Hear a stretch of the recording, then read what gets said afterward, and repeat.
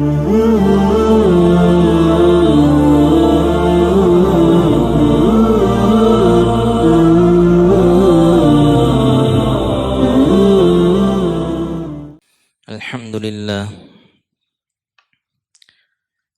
لله نحمده ونستعينه ونستغفره ونؤمن به ونتوكل عليه ونعوذ بالله من شرور أنفسنا ومن سيئات أعمالنا من يهده الله فلا مضل له ومن يضلله فلا هادي له ونشهد أن لا إله إلا الله وحده لا شريك له ونشهد أن سيدنا ومولانا محمدا عبده ورسوله أما بعد فأعوذ بالله من الشيطان الرجيم بسم الله الرحمن الرحيم يا أيها الذين آمنوا إذا لقيتم فئة فاثبتوا واذكروا الله كثيرا لعلكم تفلحون وأطيعوا الله ورسوله ولا تنازعوا فتفشلوا وتذهب ريحكم واصبروا إن الله مع الصابرين صدق الله مولانا العظيم وصدق رسوله النبي الكريم ونحن على ذلك لمن الشاهدين والشاكرين والحمد لله رب العالمين۔ میرے محترم دوستوں اور بزرگوں، اللہ تعالیٰ نے جو ہمیں شریعت عطا فرمائی ہے، اس میں صرف مسلمانوں ہی کا بھلا نہیں بلکہ پوری کی پوری انسانیت، بلکہ پورے کے پورے عالم ہی کا بھلا اس میں ہے۔ جو شریعت نے ہمیں رہنما اصول بیان فرمائے ہیں،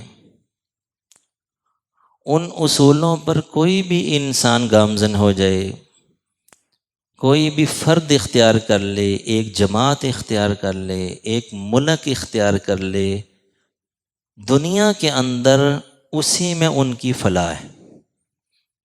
آخرت کا معاملہ تو ایک علیحدہ معاملہ ہے، وہ تو سب سے پہلے ایمان کی شرط ہے، ایمان کی شرط کے بعد باقی سارے معاملات ہیں، جبکہ دنیا کے اندر معاملہ برعکس ہے کہ دنیا کے اندر اگر کوئی بندہ کامیابی چاہتا ہے، اب دیکھیے کہ کتنے یورپین ممالک ہیں وہ کافر، پرلے درجے کے کافر لوگ ہیں، لیکن بعض چیزوں میں ہمیں وہ کامیاب نظر آ رہے ہیں دنیا کے اندر، اور اس میں بظاہر انہوں نے کیا ہے کہ مسلمانوں کے اصول جو قرآن و سنت سے ثابت ہیں۔ پہلی جو شریعتیں آسمانی دین تھے، تورات، انجیل، زبور اور آسمانی صحیفے جو انبیاء پر نازل ہوئے، اس میں تو تحریف ہو گئی، وہ تو باقی نہیں ہے لوگوں کے پاس، اگرچہ ان کے ماننے والے ہیں، موسیٰ علیہ السلام کے ماننے والے ہیں، عیسیٰ علیہ السلام کے ماننے والے ہیں، لیکن ان کے پاس وہ ان کی تعلیمات نہیں ہیں۔ اب جو قرآن ہے، قرآن کا ذمہ تو اللہ تعالیٰ نے لیا، ہماری جو شریعت ہے یہ چونکہ آخری شریعت ہے، اس کا ذمہ بھی اللہ تعالیٰ نے لیا۔ قیامت تک نہ تو کوئی نبی آنے والا ہے اور نہ ہی کوئی شریعت آنے والی، اس وجہ سے اس کے اندر جو اصول بیان کیے گئے ہیں اس کے اندر انسانیت کا بھلا ہے، چاہے تو وہ حالت امن میں ہوں اور چاہے وہ حالت جنگ میں ہوں، اصول یہی اپنانے پڑیں گے۔ اس میں یہ بھی شرط نہیں ہے کہ مسلمان ہی ہوں، اس میں یہ بھی شرط نہیں ہے، اس میں یہ ہے کہ بس یہ اصول اپنا لیں، جو یہ اصول اپنائے گا وہ کامیاب ہے۔ البتہ ایمان کا بینیفٹ ایک زائد ضرور ملے گا، ان اصولوں کو اپنانے کے ساتھ ساتھ اگر ایمان بھی ہوگا تو اس کا زائد بینیفٹ، زائد ثمرہ جو ہے وہ ضرور نظر آئے گا بندے کو۔ اب وہ اصول کیا ہیں؟ جو قائد اعظم محمد علی جناح مرحوم نے بیان فرمائے وہ تعلیمات اسلامیہ کی روشنی میں بیان فرمائے.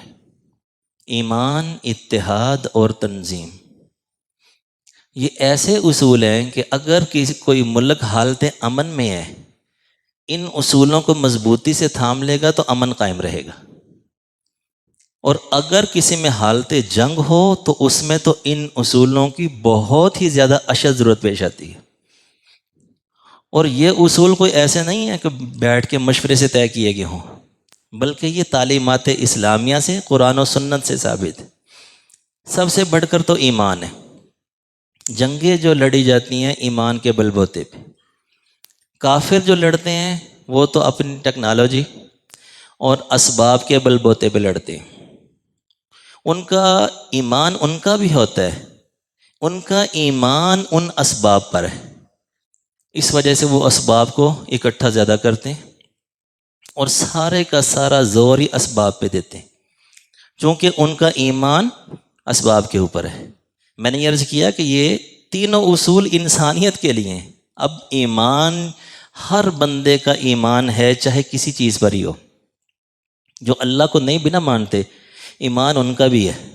یہی ایمان ہے نا ان کا کہ وہ اللہ کو نہیں مانتے. وہ جو نظریات اپناتے ہیں، جو ان کا موقف ہے، وہی ان کا ایمان ہے. اور کافروں کا ایمان کیا ہے؟ اسباب. اس وجہ سے سب سے زیادہ زور وہ اسباب پر دیتے ہیں کہ اسباب کے ساتھ ہی لڑا جائے گا. اب اس کے برعکس دیکھ لیں کہ جو مسلمان ہیں ان کا ایمان ہوتا ہے اللہ کی ذات پر. غزوہ بدر سے لے کر آج تک جتنے غزوات ہوئے ہیں، جتنی جنگیں ہوئی ہیں، سب سے پہلا جو اصول ہے وہ ایمان ہے.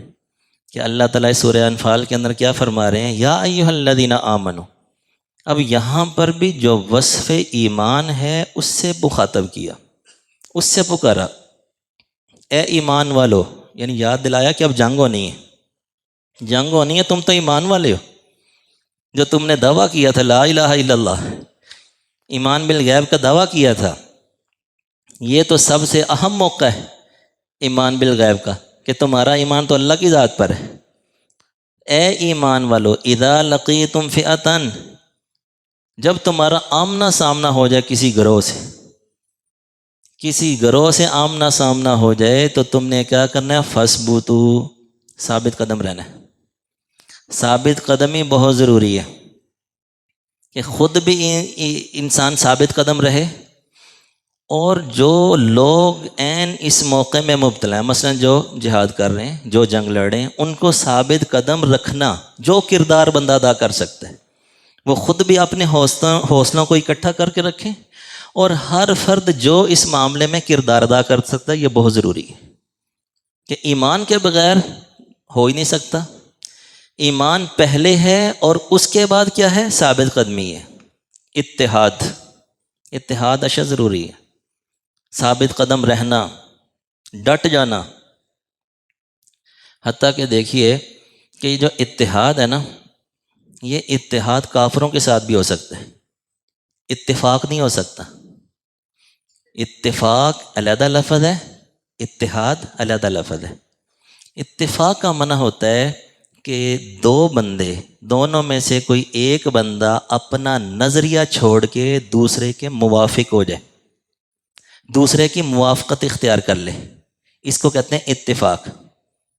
مثلا مسلمان علیہ باللہ، اگر مسلمان اپنا کوئی نظریہ چھوڑ دے، جیسے کہا گیا لن ترضی عنک الیہود ولا النصارى حتی تتبع ملتہم، کہ یہود و نصارہ راضی نہیں ہو سکتے یہاں تک کہ کیا ہے کہ تم ان سے اتفاق کر لو، موافقت کر لو، اپنا اسلام چھوڑ دو، ایمان چھوڑ دو، پھر جو ہے نا وہ تم سے راضی ہو سکتے ہیں. تو گویا کہ مسلمان تو ایمان چھوڑ نہیں سکتے، نظریہ تو نہیں چھوڑ سکتے، تو گویا کہ اتفاق مطلوب بھی نہیں ہے. اتفاق مطلوب نہیں کہ اپنا نظریہ چھوڑ کے بندہ ان کے مطابق ہو جائے. البتہ اتحاد ہو سکتا ہے کہ جیسے دیکھیے کہ جب آپ صلی اللہ علیہ وسلم ہجرت کر کے مدینہ منورہ گئے تو جو قبائل تھے ان سے اتحاد کیا، جو پالیسیاں مرتب کرنی تھی، جو شرائط تھی وہ ساری لکھی گئیں، اور اس کے مطابق اتحاد ہو گیا. گویا کہ اس وقت کی وہ اقوام متحدہ تھی چھوٹی سی، جس میں کافروں کے قبائل بھی تھے، یہودیوں کے قبائل، بنو نذیر ہے، بنو قریظہ ہیں، اور دیگر کچھ قبائل تھے، اور مسلمان تھے. یہ اس وقت کی ایک اقوام متحدہ تھی. آج کی اقوام متحدہ کے اندر دیکھ لیں کہ اقوام متحدہ نام ہے، متفقہ نہیں. اقوام متحدہ جو بھی نظریہ کسی کا، چاہے وہ مسلمان ہیں چاہے کافر ہیں، یہ شرائط ہیں، یہ اصول ہیں، اس کے سارے پابند ہیں. ٹھیک ہے، سب نے سائن کیا کہ اس کے سارے پابند ہیں. تو گویا کہ اتحاد ہو سکتا ہے، اتفاق نہیں. اب چونکہ جنگیں لڑنی ہیں تو جنگوں کے لیے تو اتحاد بہت ہی اشد ضروری ہے. تو اب دیکھیے کہ مدینہ منورہ میں جب گئے تو یہودیوں سے یہی معاہدہ ہوا کہ اگر تمہیں ضرورت پڑی تو ہم حاضر ہیں، اگر ہمیں ضرورت پڑی تو تم نے آنا ہے، اگر باہر نکلنا پڑا تو تم بھی آؤ گے، اگر کوئی باہر سے آ کے یہاں حملہ آور ہوا تو مل کے دفاع کریں گے. یہ ساری باتیں طے تھیں، اس پر اتحاد تھا. اب دیکھیے کہ غزوہ احد کے اندر کیا ہو رہا ہے کہ جہاں سے اتحاد میں تھوڑا سا فرق آیا وہاں سے نتیجے میں فرق آ گیا. ایمان کے بعد سب سے ضروری چیز اتحاد ہے. کہ جب مشورہ ہو رہا تھا مسجد نبوی میں کہ جنگ کیسے لڑی جائے، کہاں لڑی جائے، تو اس مشورے کے اندر بہت سے صحابہ اکرام جو غزوہ بدر میں شریک نہیں ہو سکے تھے، نوجوان صحابہ اکرام تھے. تو جو نوجوان صحابہ کرام تھے ان کا مقصد یہ تھا کہ ہم پہلے شریک نہیں ہو سکے، تو لہٰذا ہم باہر نکل کے جوش اور جذبے کے ساتھ جو ہے نا جنگ لڑیں. اندر بیٹھے رہیں گے تو وہ کہیں گے پتہ نہیں بزدل ہیں، ڈر کے بیٹھے ہوئے. جو اکابر صحابہ کرام تھے ان کا مشورہ اور آپ صلی اللہ علیہ وسلم کی منشا بھی یہ تھی کہ مدینہ منورہ کے اندر رہ کر لڑیں. اور جو رئیس المنافقین یہودی تھا، تو یہودی لیکن منافق تھا، عبداللہ بن ابی، اس نے بھی مشورہ دیا کہ مدینہ منورہ کے اندر رہ کر لڑا جائے. اور اس نے کہا کہ جتنے بھی پہلے جنگیں مدینہ کے اندر رہ کر لڑی گئیں، اگرچہ وہ اسلام سے پہلے تھیں، تو اس نے کہا جو مدینہ کے اندر رہ کر لڑی گئیں اس میں فتح ہی ہوئی اہل مدینہ کو، تو مدینہ کے اندر رہ کے لڑا جائے. تو آپ علیہ السلام کی اپنی منشا بھی یہی تھی، اکابر صحابہ بھی یہی کہہ رہے تھے. لیکن نوجوانوں کا جوش اور جذبہ بہت تھا، خاص طور سے جو جنگ بدر سے پیچھے رہ گئے تھے. تو آپ علیہ السلام نے آخر کر ان کے مشورے پر فیصلہ فرما دیا کہ ہم باہر نکل کے لڑیں گے. اب لامحالہ جو مسلمان تھے ان تو سر آنکھوں پر، حضور کا فیصلہ تھا سر آنکھوں پر کہ باہر نکلیں گے. باہر نکل کے اب عین جناب حالت جنگ کا موقع ہے، اور اس وقت کے اندر عبداللہ بن ابی کی شرارت دیکھیں کہ اس نے کہا کہ ہماری تو بات مانی نہیں گئی، ہمارا تو مشورہ مانا نہیں گیا، ہمیں تو موت نظر آ رہی کہ تم باہر لے آئے ہو، لہذا ہم تو جا رہے ہیں. وہ 300 بندے لے کر وہاں سے فرار ہو گیا. اب حالت جنگ سے، میدان جنگ سے، اب کیا ہے کہ ایک تو کیا ہے کہ وہ جنگ کے میدان کی جنگ سے نکلا، ایک تو افراد کی کمی آئی، دوسرا جو مسلمان موجود ہیں ان کی حوصلہ شکنی بھی کر رہے ہیں کہ لامحالہ کہ اب یہ موقع تھا اتحاد کا کہ حالت جنگ ہے. حالت امن میں بھی اتحاد بہت ضروری ہے. اگر آپ حالت امن کے اندر اتحاد نہ ہو تو دیکھیے کہ بدامنی پھیل جاتی ہے، فساد پھیل جاتا ہے، انتشار پھیل جاتا ہے. یہ تو حالت جنگ ہے. تو اس نے یہاں سے کیا کیا کہ وہ اتحاد ختم کیا.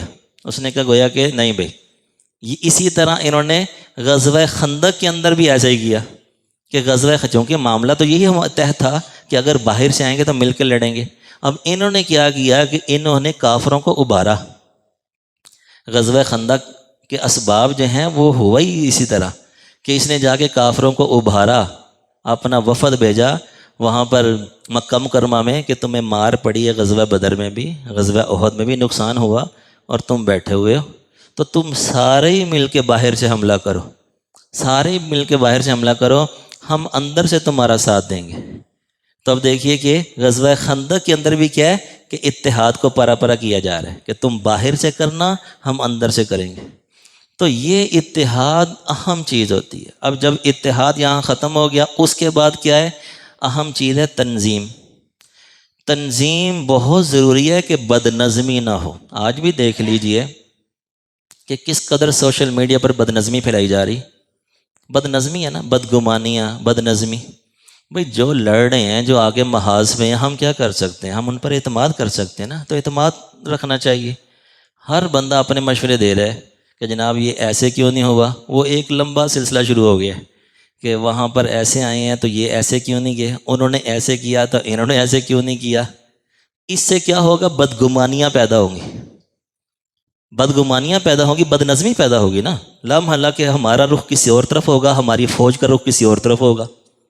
تو بد نظمی کس قدر نقصان دہ چیز ہوتی ہے کہ غزوہ احد کے اندر آپ صلی اللہ علیہ وسلم نے جبل رومات، جو حضرات حرمین شریفین جاتے رہتے ہیں تو ان کو معلوم ہی ہوگا، زیارت بھی کی ہوگی، کہ میدان احد کے اندر ایک پہاڑی ہے، جبل رومات کہا جاتا ہے. وہ ایک اہم جگہ تھی کہ آپ صلی اللہ علیہ وسلم نے 50 بندوں کا دستہ وہاں پر مقرر فرمایا، اور حضرت عبداللہ بن جبیر رضی اللہ تعالیٰ عنہ کو وہاں پر مقرر کیا کہ ہمیں فتح ہو یا شکست ہو، تم لوگوں نے یہاں سے نہیں ہلنا. اس قدر تاکید فرمائی آپ نے. تو اب اس کے بعد جب مسلمانوں کو فتح ہو گئی، غزوہ احد کے اندر فتح ہوئی، یہاں تک فتح ہوئی کہ مسلمان مال غنیمت اکٹھا کر رہے ہیں، اور جبل رمات جو پہاڑی ہے وہاں سے جو لوگ تھے 50 کا دستہ، وہ دیکھ رہے کہ کافر لوگ بھاگ رہے ہیں اور ہمارے مسلمان غنیمت اکٹھی کر رہے ہیں. اب وہاں پر جناب کیا ہوا کہ اختلاف ہو گیا. اب انہوں نے کہا کہ دیکھو بھی اب تو واضح فتح ہو گئی ہے، تو اب ہمیں بھی جانا چاہیے. تو حضرت عبداللہ بن جبیر نے کہا کہ حضور کی نصیحت یاد نہیں ہے، کس قدر تاکید فرمائی تھی آپ علیہ السلام نے کہ فتح ہو یا شکست ہو، جب تک میرا حکم نہ آئے تم نے نیچے نہیں اترنا. تو اب وہ صحابہ کرام جو کہہ رہے تھے، انہوں نے کہا واضح فتح تو ہو چکی ہے، حضور کا حکم یہاں تک مقید تھا، مقصد یہی تھا، واضح فتح ہو گئی ہے. تو لہذا اختلاف ہوا، 50 میں سے 40 صحابہ کرام تقریباً نیچے اتر گئے اور جا کے مال غنیمت اکٹھا کرنا شروع کر دیا. اب ہوا کیا کہ جب دیکھا وہ چوٹی خالی ہو گئی ہے، کفار تو بھاگ رہے تھے، جب انہوں نے دیکھا کہ وہاں تو مسلمانوں کا قبضہ تھا اور وہاں سے مسلمان اتر گئے ہیں، چند ایک رہ گئے ہیں، تو وہ گھوم کر پیچھے سے آئے اور وہی جو درہ تھا، وہ جو درہ تھا وہاں سے داخل ہوئے اور اب مسلمان درمیان میں آ گئے. جب کافروں نے دیکھا کہ پیچھے سے ہمارے بھائی آ گئے ہیں اور آگے جو کافر بھاگ رہے تھے انہوں نے بھی رخ واپس کر لیا، تو مسلمان درمیان میں پس گئے. یہ جو غزوہ احد شروع میں فتح ہوئی تھی، وہ تھوڑی سی بد نظمی کی وجہ سے شکست میں تبدیل ہو گئی، اور کس قدر نقصان ہوا، کس قدر شہادتیں ہوئیں. وجہ کیا تھی؟ وجہ وہی بد نظمی کہ جو حکم دیا گیا تھا، جو ایک نظم بنایا گیا تھا، اس کے خلاف ہو گئے. تو جنگوں کے اندر یہ انتہائی اہم چیزیں ہوتی ہیں. اور پھر اس کے بعد جو اہم چیز ہے، ایسے موقعوں پر سنسنی نہیں پھیلانی چاہیے، خوف نہیں پھیلانا چاہیے، حوصلے پست نہیں کرنے چاہیے. کہ دیکھیے غزوہ خندق میں نا، غزوہ خندق میں مسلمانوں نے خندق کھود لی اور ادھر سے کافر اکٹھے آ گئے ہزاروں کی تعداد میں. گویا کہ وہ غزوہ احزاب یعنی ساری جماعتیں مل کر ان کا ایک ہی مرتبہ ان کا کام تمام کریں. تو اب جناب ادھر سے وہ کافر آئے ہوئے، ادھر سے اندر سے کیا شرارت کی کہ وہ بنو قریظہ، انہوں نے معاہدہ توڑ دیا. انہوں نے کہا ہمارا کوئی معاہدہ نہیں. آپ صلی اللہ علیہ وسلم تک خبر پہنچی. اب یہ وقت نہیں تھا معاہدہ توڑنے کا. معاہدہ توڑنا ہوتا ہے پہلے بیٹھ کے، معاہدہ توڑنا ہوتا ہے کہ اب کے بعد ہمارا آپ کا کوئی معاہدہ نہیں ہے، جو بھی معاملہ ہوگا ہم خود دیکھیں گے، آپ خود دیکھیں گے. یہ عین حالت جنگ ہے اور معاہدہ توڑ دیا. آپ صلی اللہ علیہ وسلم کو پتہ چلا تو آپ بہت زیادہ افسردہ ہوئے، بڑے غمگین ہوئے کہ جب یہ خبر پہنچی. تو آپ صلی اللہ علیہ وسلم نے ہر سعد بن معاذ، سعد بن عبادہ، عبداللہ بن رواحہ رضی اللہ تعالیٰ عنہ، ان حضرات کو بھیجا کہ جا کے اصل حقیقت معلوم کر کے آؤ. اور بنو قریظہ کا سردار تھا کعب بن اسد، تو اس سے جا کے مل کے آؤ کہ یہ خبر صحیح ہے. تو آپ نے تاکید فرمائی کہ دیکھو کہ اگر تو یہ خبر جھوٹی ہوئی نا کہ معاہدہ نہ توڑا ہوا، تو علل اعلان سب میں آتے ہی کھڑے ہو کے اعلان کرنا کہ جھوٹ ہے، معاہدہ نہیں توڑا. جو یہودیوں کے ساتھ معاہدہ ہوا تھا بنو قریظہ وغیرہ سے، وہ ہمارے ساتھ ہیں، سب کے سامنے علل اعلان کہنا. اور اگر خبر سچی ہوئی کہ واقعتاً معاہدہ توڑ دیا گیا ہو تو چپکے سے آ کے مجھے اشارہ کر دینا، چپکے سے آ کے اشارہ کر دینا. جب وہ پہنچے تو کعب بن اسد نے کہا کون سا معاہدہ، کون سے محمد، الیاذ باللہ، پتہ چل گیا کہ وہ پھر گئی اپنی بات سے۔ اب دیکھیے کہ یہ کیسا نازک موقع ہے، اور صحابہ کرام کے ایمان کتنے بلند ایمان ہیں کہ صحابہ کرام جیسی شخصیات جتنے انبیاء کی امتیں آئیں ان سب میں افضل ترین جماعت جو ہے وہ صحابہ کرام کی جماعت ہے۔ ان کا اتنا اونچا درجہ ہے، ایمان کتنا اونچا ہوگا، اس کے باوجود حضور فرما رہے ہیں کہ اگر بات سچی ہوئی نا تو سنسنی نہ پھیلانا، خوف زدہ نہ کرنا، بلکہ مجھے چپکے سے اشارہ کر دینا، میں سمجھ جاؤں گا۔ یعنی کہ چونکہ حالت جنگ ہے تو ایسے موقعوں پر دیکھیے کہ دور نبوی کے اندر، سیرت نبوی کے اندر کیا ہے کہ ایسے موقعوں کے اندر سنسنی نہیں پھیلانی چاہیے، خوف نہیں پھیلانا چاہیے، بدگمانیاں نہیں پھیلانی چاہیے، اعتماد کی فضا قائم رکھنی چاہیے۔ تو جو ہماری افواج لڑ رہے ہیں ان پر اعتماد ضروری ہے، ان پر بدگمانیاں نہ ہوں، ان پر ایسے تان و تشنی نہ ہو، ان پر ایسے جملے نہ کسے جائیں۔ اس سے کیا ہوگا کہ مزاح بن جائے گا نا، فوج ایک مزاح بن جائے گی۔ یہ موقع تو نہیں ہے، بھی سیاسی اختلافات ہوں گے، لاکھ ہوں گے، یہ موقع سیاسی اختلافات کا تو یہ تو گویا کہ یہ تو منافقین کا رویہ تھا، کافروں کا رویہ تھا کہ ایسے موقعوں پر وہ ایسے کام کیا کرتے تھے۔ تو ایسے موقعوں پر انتہائی اہم ضرورت ایمان، اتحاد اور تنظیم کی ہے۔ اللہ تعالیٰ سے دعا ہے کہ جو کہا سنا اللہ تعالیٰ اس کو سمجھنے، اس پر عمل کرنے کی توفیق عطا فرمائے۔ وآخر دعوانا الحمدللہ رب العالمین۔